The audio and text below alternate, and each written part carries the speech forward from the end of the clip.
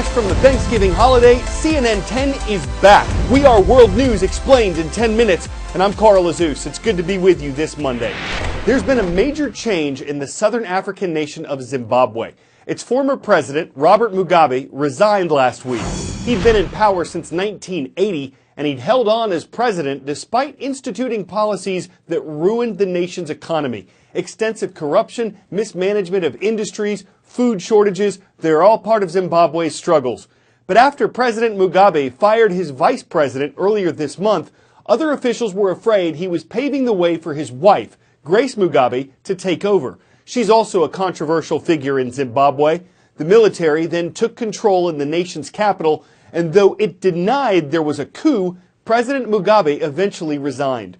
His former vice president, Emmerson Mnangagwa, returned last week and took over as Zimbabwe's interim leader. Mnangagwa made it clear he was part of the operation to unseat Mugabe, but he praised Mugabe in his speech, calling him a father, a mentor, and a leader, and urging Zimbabweans to let bygones be bygones. New President Mnangagwa promised to protect Zimbabweans' rights and to push for solutions to the nation's problems. But partly because he's a longtime ally of Mugabe, some of Mnangagwa's critics doubt that he'll be much different than his predecessor. Still, on the streets of the capital, there are signs of optimism. This is the night freedom returned. So hoped Zimbabweans as they took in Robert Mugabe's resignation. They stepped out, embracing a fresh beginning. The men in uniform became the focus of their surging affection. One was even carried on the shoulders of the ecstatic crowd. The morning after the night before, Wednesday, it was back to a relatively normal life, with the nagging question, how different will the future actually be? I've got a very big hope to the change of Zimbabwe. Everything is going to change here in Zimbabwe. We are going to have jobs. We didn't have jobs. Everything, schools, even our currents, it was very down. Let's come together and support him. At least let's give him his time to do whatever he's going to do. And for now, this is the man leading Zimbabwe. Emmerson Mnangagwa arrived at the ruling party's headquarters to cheering crowds. He reassured Zimbabweans he is the man to lead them into that future. Today, we are witnessing the beginning of a new unfolding democracy. We want to grow our economy. We want peace in our country. We want jobs.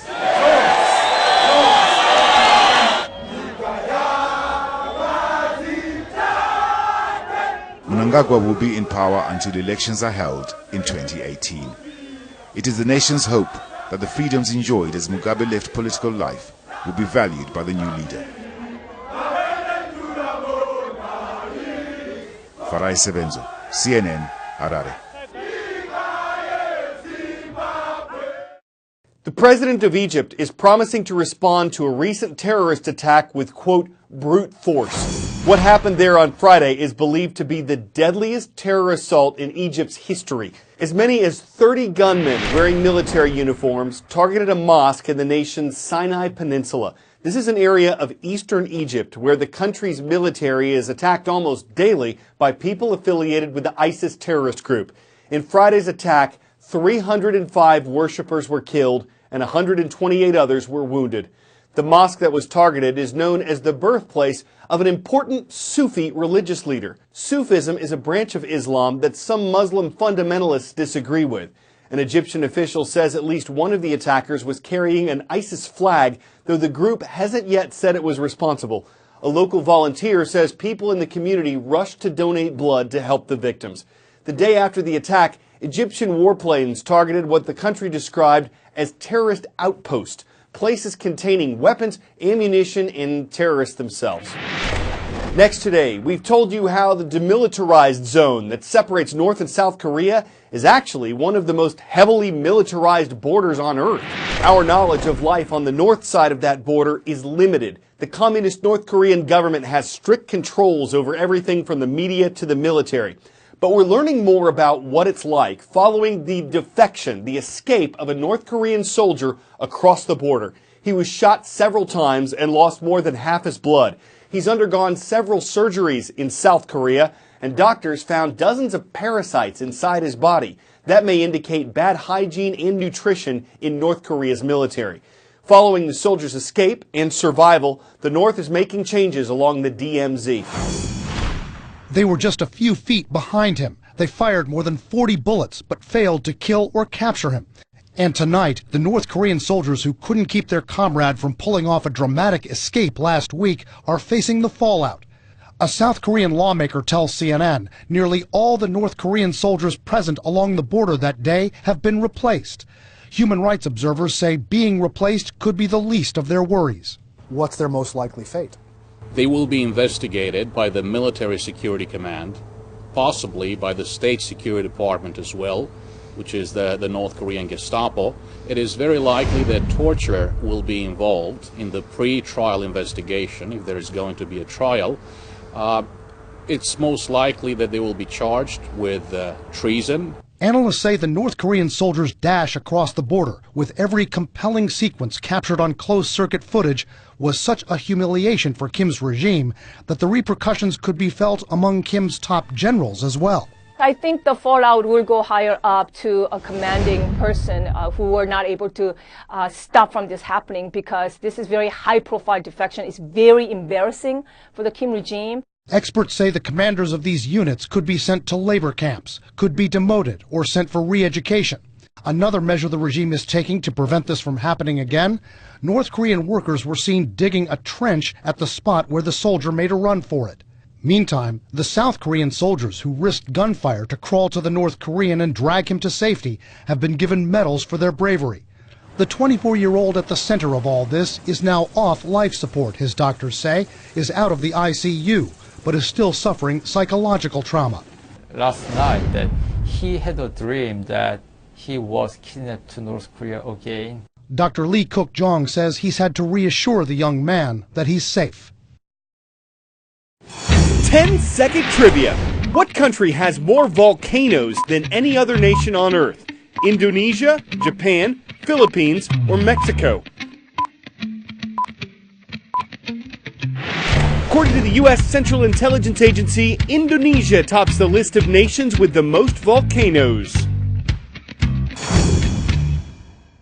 More than 24,000 people and dozens of airplanes have been ordered to get out of the way because Mount Agung is blowing its top. The volcano is located in the Pacific island nation of Indonesia. It erupted 3 times on Saturday alone and more on Sunday. It sent a thick cloud of ash several miles into the air. Indonesia's government advised anyone within about 4.5 miles of the volcano's peak to evacuate, and 24,000 people did. As the ash cloud drifted east over the island nation, one airport was temporarily closed, and thousands of airline passengers were stranded after their flights were canceled. The ash can melt if it's sucked into plane engines, so pilots are told not to fly through it. In some areas where ash is falling, residents were given masks to help them breathe.